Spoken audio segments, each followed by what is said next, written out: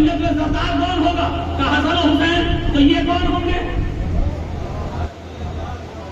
بھائی ان کے ہوتے ہوئے جب ان کے سردار حسن و حسین ہیں تو یہ کون ہے؟ تو یہ غلام نا؟ کیا کہیے آپ بتائیے، کیا لفظ دیجیے گا جی؟ تو عزیزان گرامی، ہم پہ تو کفر کے فتوے دے سکتے ہو، سہائے ستہ لکھنے والوں پہ کفر کے فتوے نہیں دے سکتے۔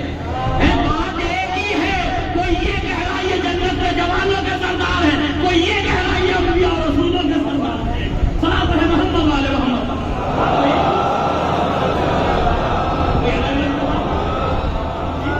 ایک بار مل کے صلاۃ پڑھیں محمد۔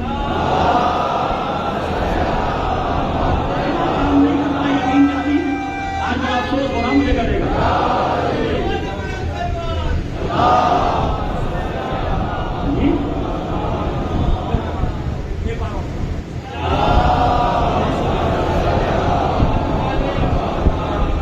اب ایک حدیث اور سن لیجیے، ذکر علی عبادہ النظر الی وجہ علی ابن ابی طالب عبادہ، علی کا ذکر عبادت ہے نا، حدیث متفق علیہ ہے نا کہ علی کا ذکر عبادت ہے۔ سوال یہ ہے کہ علی کا ذکر عبادت بنا کیوں؟ ان کمالات کی وجہ سے، ان فضائل و مناقب کی وجہ سے، اس کردار کی وجہ سے جو حضرت علی کا کردار تھا۔ کیوں؟ ایک لمحہ بھی مولا کائنات کی زندگی کا کفر میں نہیں گزرا، شرک میں نہیں گزرا، لہذا جب جب علی کا ذکر ہوگا تو اسلام یاد آئے گا، جب جب علی کا ذکر ہوگا تو اسلام یاد آئے گا۔ اس کا مطلب یہاں مخصوص ذات گرامی مولا کائنات نہیں ہے، بلکہ بتانا یہ ہے کہ جہاں جہاں علی کا کردار ہو، جہاں جہاں علی والے فضائل ہو، جہاں جہاں علی والے کمالات ہو، وہاں وہاں ذکر عبادت ہے۔ تو اس کا مطلب جو علی جیسے ہیں کردار میں، وہ سب کے سب کا ذکر عبادت ہے۔ حسن علی جیسے، حسین علی جیسے، زین العابدین علی جیسے، لہذا جو علی جیسا ہے وہی انبیاء کا سردار ہے، وہی انبیاء کا صلاۃ ہے محمد والے محمد۔ علی جیسا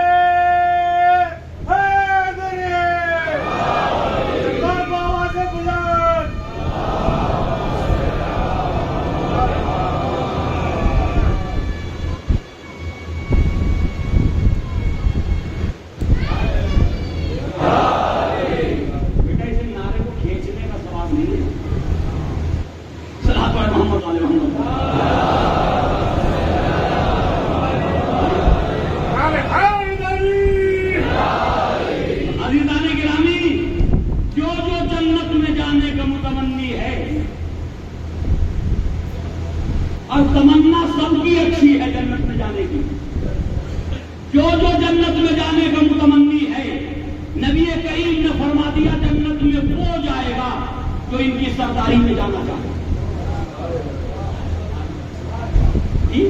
اور جنت اس کے لیے ہے جو ان کی سرداری میں جانا چاہے۔ اب اگر جنت جانا ہے تو بھیا سردار وہاں مانو گے تو کام نہیں چلے گا، ماتھو والا شیر یہاں کافی ہے۔ تو سرداری میں اگر جانا ہے تو سرداری کو یہاں ماننا ہوگا، سرداری کو یہاں ماننا ہوگا، اور یہ تسلیم کرنا ہوگا کہ جس نے یہاں نہیں مانا، جس نے حسن و حسین کو یہاں سردار نہیں مانا، وہ جنت میں نہیں جا سکتا، کیونکہ سرداری ان کی وہاں ہے۔ جب تک ان کی سرداری کو نہیں مانے گا جنت میں نہیں جائے گا۔ اگر جس نے یہاں نہیں مانا تو یاد رکھیے یہ وہاں اس کو اپنی غلامی میں تسلیم نہیں کریں گے، تو لہذا بہتر ہوگا پہلے یہاں مان لو تاکہ غلام بن کے ان کی سرداری میں جنت جا سکو۔ صلاۃ ہے محمد والے محمد۔ امام زین العابدین علیہ السلام کے ہمارے ائمہ سبھی جنت کے سردار ہیں، سبھی جنت کے سردار ہیں۔ اب ایک سوال ہو سکتا ہے، وہ جلدی سے اس کا جواب دے دوں، مجھے معلوم ہے نوجوانوں کے ذہن میں بات آئے گی، کیا ہمارے نبی نہیں ہوں گے جنت میں؟ کیا سید المرسلین نہیں ہوں گے جنت میں؟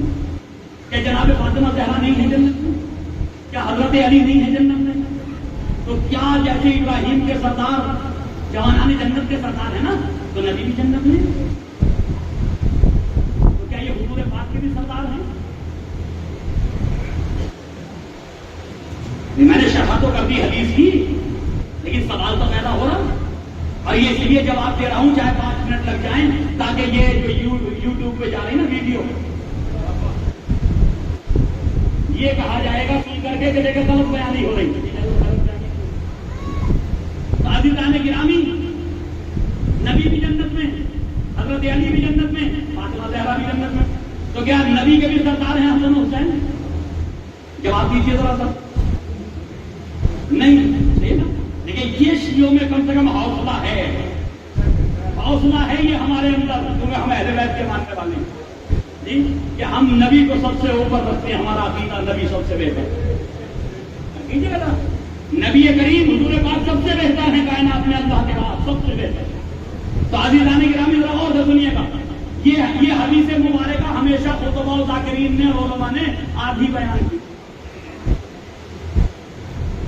یہاں یہ حدیث ختم نہیں ہوتی، حدیث کے دوسرے جملے موجود ہیں جو صحائف ستہ کی 3 کتابوں میں موجود ہیں، ان جملوں کے ساتھ حدیث موجود ہے۔ نبی کریم نے فرمایا ان الحسن والحسین سیدہ شباب اہل الجنہ وابوہما خیر منہما، اور کیجئے گا ابوہما خیر منہما، اور ان کے والدین ان سے بہتر ہیں۔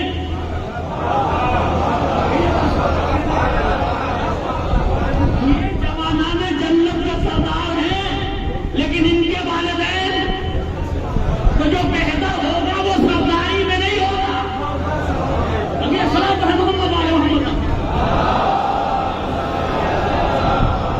ابوہما خیر منہما، ان دونوں کے والدین تکبیر، نعرہ رسالت، نعرہ حیدری،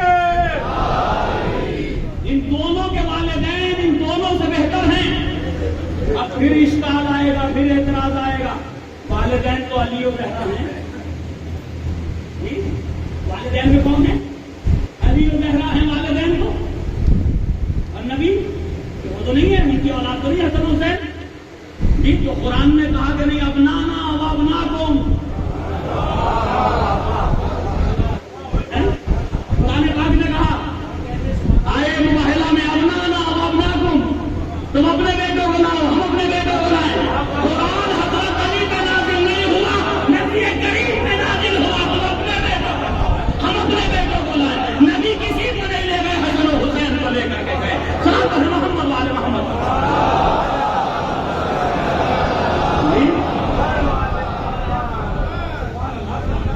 ایک بار سب مل کے صلاۃ پڑھیں محمد والے۔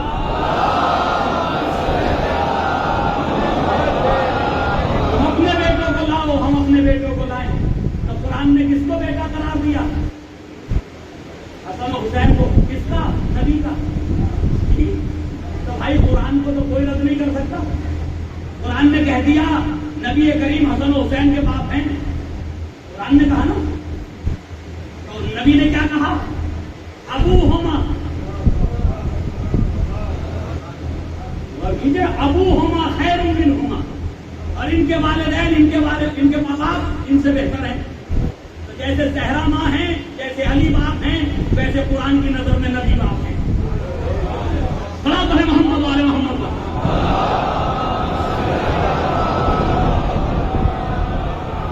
گرامی، امام زین العابدین علیہ السلام نے جو کارنامے انجام دیے تاریخ میں، وہ کارنامے مناجات کی شکل میں دیکھو، دعاؤں کی شکل میں دیکھو۔ اور جب یہ صحیفہ سجادیہ مصر میں پہنچی اور پہلی مرتبہ کسی اہل سنت عالم کے ہاتھ لگی، یہ دعاؤں کا خزانہ۔ ایک تھے ہمارے طالب علم تھے جو جامعۃ الازہر میں پڑھا کرتے تھے، نام سے مصطفیٰ حسن، وہ پڑھا کرتے تھے جامعۃ الازہر میں کسی زمانے میں۔ وہ کہتے ہیں ایک روز میرے استاد اس سے کمرے میں ملنے آئے، جب مجھ سے کمرے میں ملنے آئے تو مصلح بچھا ہوا تھا، مصلح پہ کتاب صحیفہ سجادیہ کے نام سے، صحیفہ کاملہ کے نام سے رکھی ہوئی۔ انہوں نے اس کتاب کے عنوان پہ نظر ڈالی، صحیفہ کاملہ، صحیفہ سجادیہ۔ ایک مرتبہ تنگ ہو گئے، میں نے آج تک کوئی ایسی کتاب دیکھی نہیں، امت مسلمہ کی جتنے بھی ہماری کتابیں ان میں کوئی ایسی کتاب نہیں تھی، یہ کس کی ہے؟ تو انہوں نے اس کتاب کو لیا، لینے کے بعد اب جو پڑھنا شروع کیا تو اس میں دعائیں تھیں، دعاؤں کے مجموعے تھے۔ ایسی ایسی دعائیں کو لے گئے اپنے ساتھ، بیٹا یہ میں بعد میں دوں گا آپ کو، ٹھیک ہے؟ بس ایک دعا پڑھی تھی وہاں بیٹھ کر کے، اور اس نے دعا نے ایسی کشش پیدا کی کہ وہ ایسی مناجات تو آج تک میں نے پڑھی نہیں کہ کوئی بندہ اپنے رب کے سامنے اس طرح سے گفتگو کرے. یہ طریقے انداز، یہ طریقہ گفتگو، یہ طریقہ مناجات. لے گیا تھا، لے جانے کے بعد پوری کتاب کو پڑھنے کے بعد پھر مقالہ لکھا، صحیح میں کامل آ گیا، صحیح میں سجادی آ گیا، مقالہ لکھا. اس مقالے میں لکھا کہ جس امت کے پاس ایسی ایسی عظیم سرمایہ دعاؤں کی اور مناجاتوں کی شکل میں موجود ہو، وہ امت جو ہے وہ خرافاتی کتابوں میں بھٹکی ہوئی ہے. وہ امت خرافاتی کتابوں میں کیوں بھٹکی ہوئی ہے؟ اس کتاب کو پڑھو، اس میں کس طرح سے بندے کو خدا سے ملایا جاتا ہے. تو پورے مقالات لکھے انہوں نے وہاں سے. تو عزیزان گرامی، یہ امام سجاد علیہ السلام اور غلاموں کو ایسے آزاد کرتے تھے کہ ذرا سا سبب تلاش کرتے تھے، سبب آزاد کرنے کا. انسان سبب تلاش کرتا غلام بنانے کا. انسان کوئی سبب تلاش کرتا غلام بنانے کا. امام زین العابدین علیہ السلام سبب تلاش کرتے تھے غلام کو آزاد کرنے کا.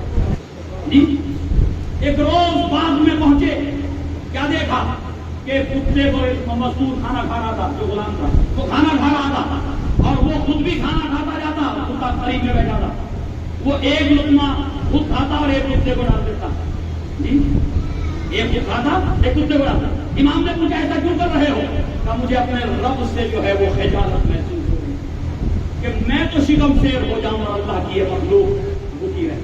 عزیزو، ائمہ کے تو غلام بھی شعور کی اس منزل پہ تھے.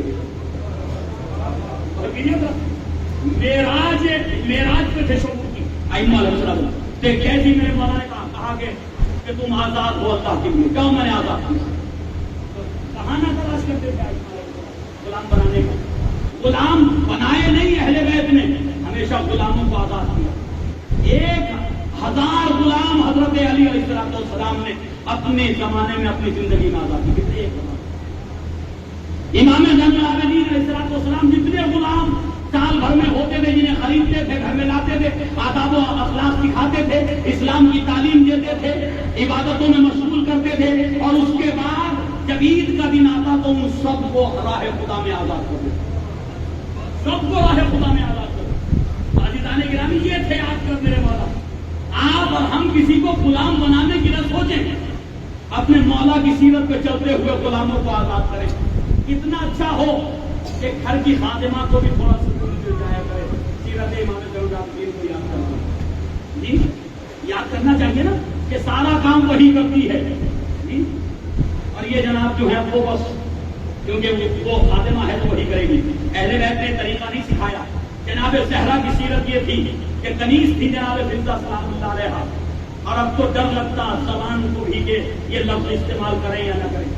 جی جناب فضہ کے لیے ڈر لگتا باتیں زبان سے کنیز کہتے ہوئے ان کو. کیوں کہ جناب زہرا جسے کنیز نہ سمجھتی ہو، جناب فاطمہ زہرا جسے کنیز نہ سمجھتی ہو، کیا کریں؟ زبان کی مجبوری ہے کہ اس کے بغیر تعبیر نہیں کی جا سکتا کہ قوم کی جناب سلام اللہ علیہ. تو جناب زہرا ایک دن کا کام خود کرتی تھی اور ایک دن کا کام جناب فضہ کرتی تھی. تو اپنی بہن کی طرح سمجھا.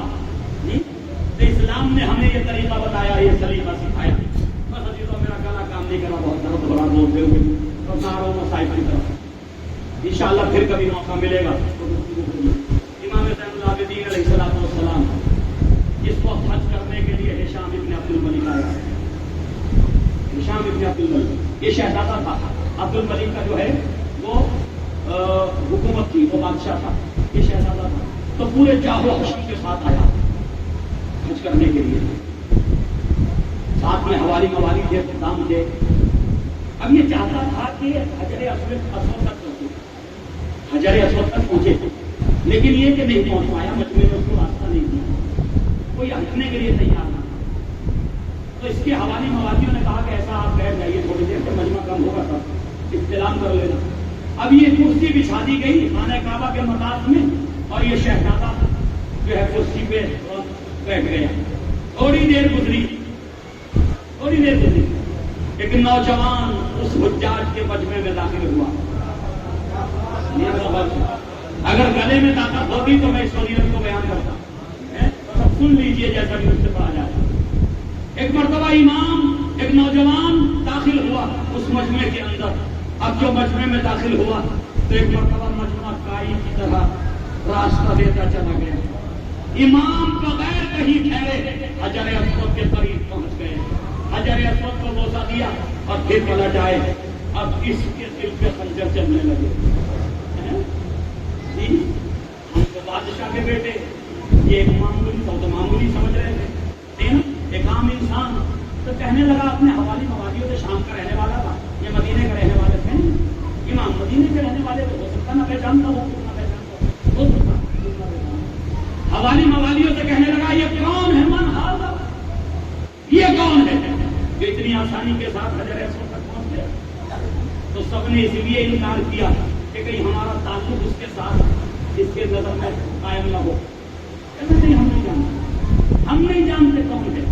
درباری شاعر اور اسد بھی کھڑے تھے، بنو امیہ کے درباری شاعر تھے، بنو امیہ کے درباری شاعر تھے، اور درباری شاعر فرزدق بھی کھڑے تھے، لیکن کہتے ہیں معصوم کا کوئی ایک انداز نہ جانے کب اس کی ہدایت کر دے، نہ جانے کب کس کی ہدایت ہو جائے۔ ساری زندگی بادشاہوں کے قصیدے لکھتے رہے، بنو امیہ کے بادشاہوں کی مداحخوانی کرتے رہے۔ ایک مرتبہ جیسے ہی سب نے انکار کیا ہم نہیں جانتے یہ کون ہے، فرزدق آگے بڑھے، ہاں تم تجاہل عارفانہ سے کام ہے، جانتے ہو بتانا نہیں چاہتے، لو میں تعارف کراتا ہوں یہ کون ہے، یہ محمد مصطفیٰ کا بیٹا ہے، یہ علی مرتضیٰ کا بیٹا ہے، یہ فاطمہ الزہرا کا بیٹا ہے، یہ حسین ابن علی کا لال ہے۔ جاننا چاہتے ہو کون ہے؟ یہ مکے کا بیٹا ہے، یہ مینا کا بیٹا ہے، اسے حرم جانتا ہے، اسے خانہ کعبہ پہچانتا ہے۔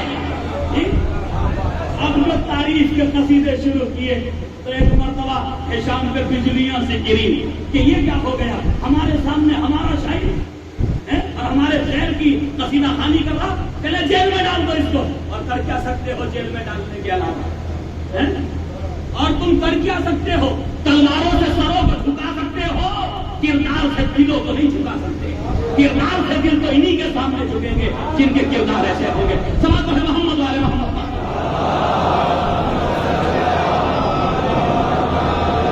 نہیں جانتے، میں بتاتا ہوں یہ کون ہے۔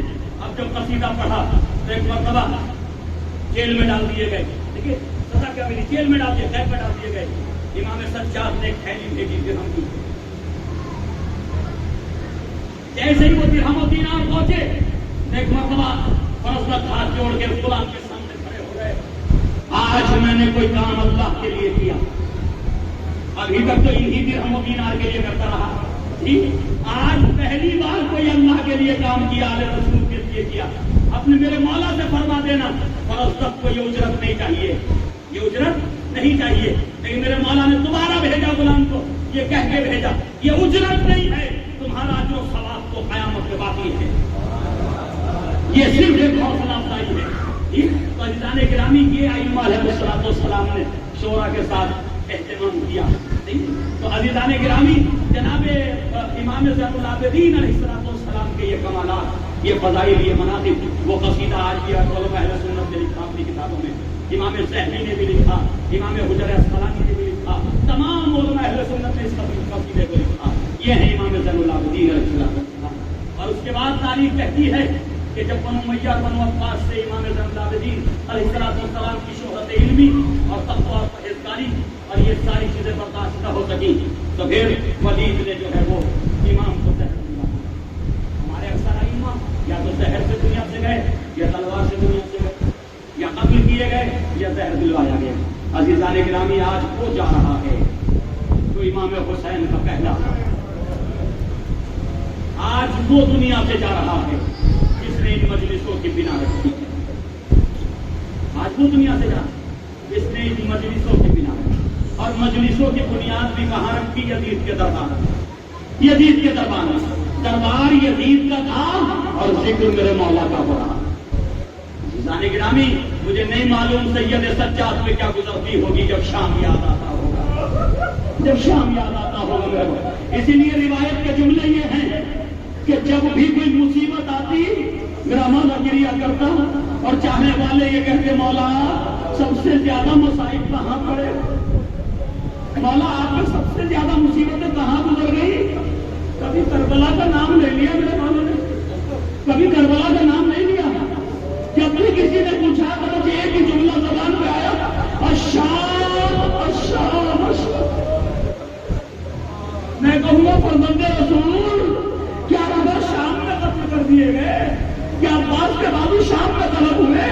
کیا اکبر کا تیر شام میں لگا؟ شاید نہیں میرے مولا جواب میں نادان، قتل تو کربلا میں ہوئے سب، لیکن جو شام میں ہوا، جو ہمارے ساتھ شام میں ظلم ہوا، وہ ظلم کہیں نہیں ہوا۔ ارے وہ بیویاں کہ جن کی دادی کا جنازہ رات کی تاریکی میں اٹھایا گیا، جن کی ماں کا جنازہ رات کی تاریکی میں اٹھایا گیا، ان بیویوں کو بے مطلب اٹھا کر شام کے بازاروں میں شرابیوں کے درباروں میں یہ سید سجاد کبھی بھوکیوں کے کھلے سر کو دیکھتا تھا، کبھی بہنوں کے بڑے سر کو دیکھتا تھا۔ شام میں جو ظلم ہوا کہیں نہیں ہوا۔ آج تو سنیں گے تاریخ بتاتی وہ سید سجاد، مجھے نہیں پتا کیسے سکینہ کو دیکھ کے سید سجاد کو صبر آتا ہوگا، کیسے ان بیویوں کو دیکھ کے میرا مولا صبر کرتا ہوگا۔ روایت کے جملے کو ایک عبداللہ نام کا شخص قید خانے سے گزرا، جب قید خانے کے قریب سے گزرا ایک غلط فہمی ہو گئی کہ قید خانہ کوئی کمروں کی شکل میں تھا، نہیں، چھت نہیں تھی قید خانے کا، چھت نہیں تھی، ایک میدان تھا۔ لہٰذا اس میدان کی طرف سے گزرا تو اس میں دیکھا کہ بیویاں ہیں جنہوں نے اپنے چہرے بالوں سے چھپائے ہوئے ہیں، اور ایک بیمار ہے جس کے ہاتھوں میں رسم بندھی ہوئی ہے، جس کے گلے میں توقع خاردار ہے۔ وہ ایک مرتبہ گھر آیا اور آنے کے بعد کہنے لگا زوجہ جیسے جیسے اسیر میں نے آج دیکھے، جیسے اسیر میں نے آج دیکھے، ایسے اسیر میں نے کبھی نہیں دیکھے۔ اے مومنہ تم اپنے مولا کی سلامتی کی نظر بناتی ہو نا، عزیزوں خیر گزرنے والے سے برداشت نہیں ہوا ان کو دیکھ کر کے، لیکن میرا مولا سید سجاد و سکینہ کے ساتھ تھے نا، کیسے برداشت کرتے ہوں گے سکینہ کی حالت کو دیکھ کر کے۔ میں مرتبہ روایت کہتی ہے اے مومنہ تم نظر دلاتی ہو نا، تم یتیموں کو، اسیروں کو، مساکین کو کھانا کھلاتی ہو، ہر شب جمعہ جیسے اسیر میں دیکھ کے آیا ہوں، جیسے یتیم میں دیکھ کے آیا، ایسے یتیم ایسے اسیر میں نے۔ اے بیوی اب کی بار شب جمعہ کو جب کھانا بنانا تو یہ کھانا نظر کا ان یتیموں کو پہنچا دینا، یہ کھانا ان یتیموں کو پہنچا دینا۔ زوجہ نے شب جمعہ آئی، زوجہ نے کھانا تیار کیا، کھانا تیار کر کے پشت کو لیا، میاں بیوی دونوں لے کر کے قید خانے کی طرف چلے، بچے سے دروازے پر پہنچنا چاہتے تھے۔ ایک مرتبہ کہنے لگا بیوی رک جاؤ، یہ کوئی شریف قیدی معلوم ہوتے ہیں، یہ کوئی شریف قیدی معلوم ہوتے ہیں، ہمیشہ اپنے بالوں کو سر چھپائے، اپنے بالوں کو چہرہ چھپائے رہتے ہیں، لہٰذا میں آگے نہیں جاؤں گا، اب یہاں سے آگے تم جاؤ۔ ایک مرتبہ زوجہ کو دسترخوان دے دیا، لو لے جا کر کے پیش کرو۔ میں پھر جناب زینب کی خدمت میں آئی، سلام کیا، اے قیدی بیوی سلام ہو۔ ایک مرتبہ کہا کہ اے قیدی بیوی یہ کچھ کھانا ہے، تمہارے بچے بھوکے ہیں، خدا نہ کرے کہ پردیس میں کسی پہ ایسی حالت آ جائے، تمہارے بچے بھوکے ہیں، تمہارے بچے پیاسے ہیں، یہ کھانا پانی اپنے بچوں کو کھلا دیجیے۔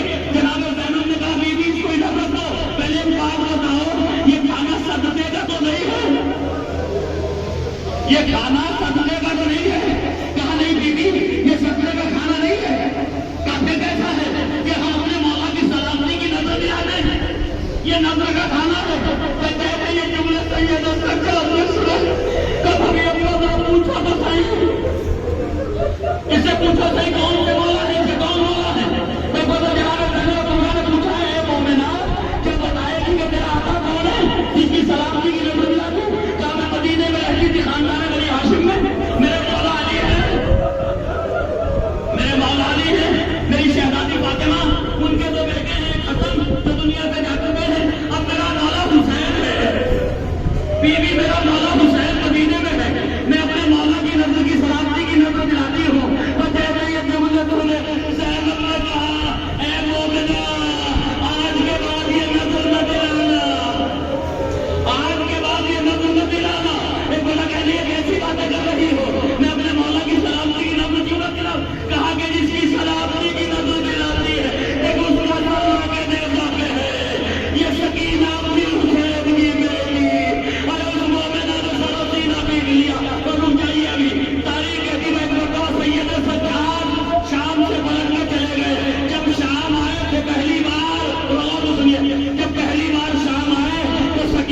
شام کے زندان میں چھوڑ گئے. میرا مولا اپنی بہن کو شام کے زندان میں چھوڑ گیا. جب دوسری مرتبہ گرفتار ہو کے شام آئے نا سید سجاد، تو اب کی بار پھوپھی کو چھوڑ گئے. پہلے سفر میں سکینہ کو چھوڑ گئے، دوسرے سفر میں پھوپھی کو چھوڑ گئے. اب جب واپس آئے، جب زہر دیا گیا، جب زہر دیا گیا، میرے مولا نے وہ زہریلا کھانا کھایا. اب اس کے بعد مولا کے جسم میں زہر اثر کرنے لگا. تاریخ کی طرف سے جاتے تھے، کبھی پھوپھی کو یاد کرتے تھے، کبھی بابا کو یاد کرتے تھے.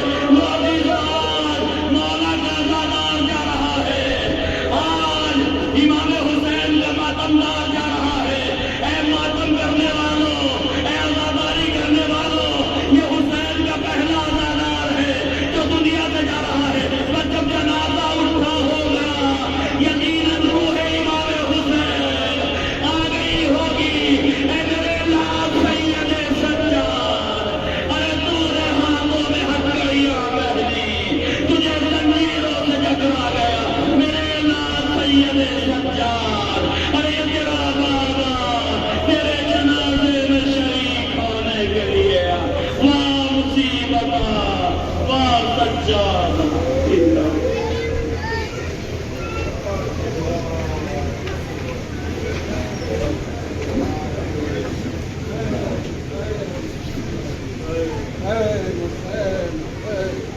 Oh.